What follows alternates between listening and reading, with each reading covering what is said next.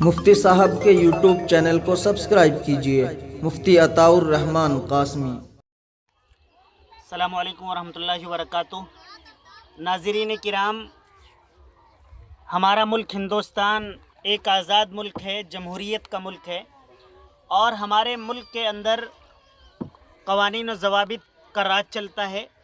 क़वानीन व ज़वाबित में ये भी क़वानीन हैं कि किस तरीक़े पर, कहाँ पर कितना विकास होना चाहिए, किस तरीक़े पर कितनी ज़रूरियात हैं जिन्हें मुल्क और भारतवासी किस तरीक़े पर हल कर सकते हैं।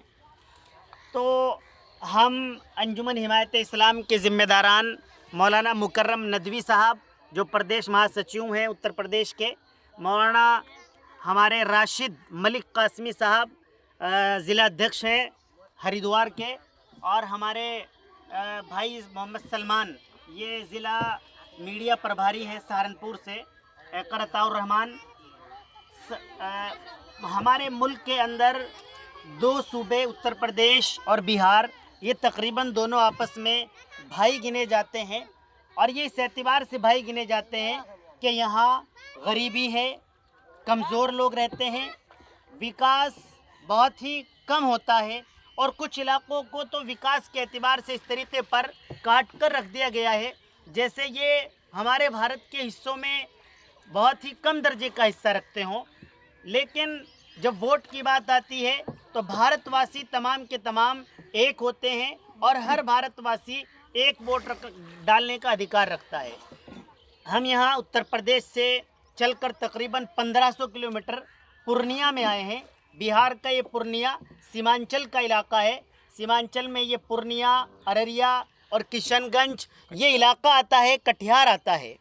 हम असल में बिहार को तो बहुत पहले से जानते थे, लेकिन सीमांचल को तब से जाने हैं जब से आली जनाब बैरिस्टर असदुद्दीन ओवैसी साहब ने पार्लियामेंट के अंदर जाकर सीमांचल के लिए एक बुलंद बाला आवाज़ के साथ पूरी ईवान से ये मुतालबा किया है, सरकार से पुरजोर तरीक़े पर ये मांग की है कि सीमांचल के साथ सोतेला व्यवहार न किया जाए। सीमांचल में जो गुर्बत है, जो वहाँ पर विकास नहीं हो रहा है, उसके लिए कुछ ना कुछ हर साल हर दिन योजनाएं निकाली जाए। और यहाँ की जो परेशानियाँ हैं, उन परेशानियों में एक बड़ी परेशानी यहाँ की बरसात, यहाँ का सैलाब, यहाँ की नदियाँ, यहाँ के नाले हैं। उसी सिलसिले की इस कड़ी में हम पूर्णिया ज़िले के अंदर अमौर, जहाँ से आली जनाब अख्तरुल ईमान साहब, जो ऑल इंडिया मजलिस इत्तेहादुल मुस्लिमीन के प्रदेश अध्यक्ष हैं, वो यहाँ से विधायक बने हैं। और इसमें बलवा गांव है, यहाँ पर हम पहुँचे हैं। गांव की भी हालत देखी, इस पार के गांव की भी हालत देखी, बहुत सारी कमज़ोरियाँ हैं। लेकिन जब हम यहाँ आए तो देखा कि आज तकरीबन आज़ादी को 70 साल गुजर चुके हैं और ये जो नाव का मामला है, कश्ती का मामला है, इसे एक तवील अरसा गुजर चुका है। हमने देखा था कि नाव से भी लोग इन दरियाओं को, इन नदियों को पार करते हैं। आज हमने यहाँ पर इसे अपनी आंखों से देखा ही नहीं, बल्कि ख़ुद इसके अंदर हम ट्रैवल कर रहे हैं, सफ़र कर रहे हैं।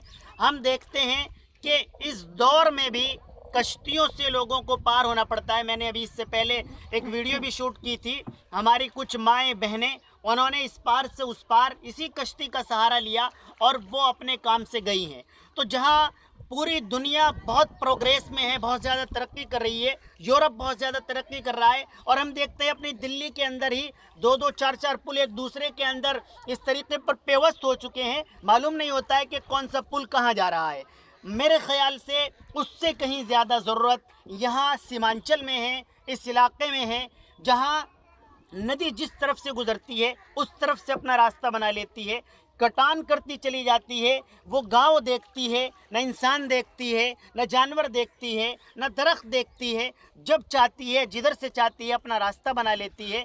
इसके लिए आली जनाब बैरिस्टर असदुद्दीन ओवैसी साहब आवाज़ उठा रहे हैं, अख्तरुल ईमान साहब आवाज़ उठा रहे हैं, AHI मीडिया और हमारे ज़ीशान जिलानी साहब अपने यूट्यूब चैनल के ज़रिए हम आज इसी भरी दरिया के अंदर, इसी नदी के अंदर और इसी कश्ती के अंदर अंजुमन हिमायत इस्लाम सरकार से मांग करती है कि जल्द से जल्द हमारे इस सीमांचल को तरक्की की राहों पर गामजन किया जाए और हम बैरिस्टर असदुद्दीन ओवैसी की आवाज़ से आवाज़ मिलाते हैं, अख्तरुल ईमान की आवाज़ से आवाज़ मिलाते हैं और माननीय मुख्यमंत्री बिहार से भी मांग करते हैं कि इस जानिब तवज्जो दी जाए और हमारे इन विधायकों को जो यहाँ पर बने हुए हैं इन्हें बेहतरीन तरीके से पैकेज दिया जाए ताकि यहाँ का विकास हो सके और हर आदमी दूसरों की तरह, अच्छे लोगों की तरह यहाँ भी ज़िंदगी गुजार सके। बहुत शुक्रिया। मुफ्ती साहब के यूट्यूब चैनल को सब्सक्राइब कीजिए, मुफ्ती अताउर रहमान कासमी।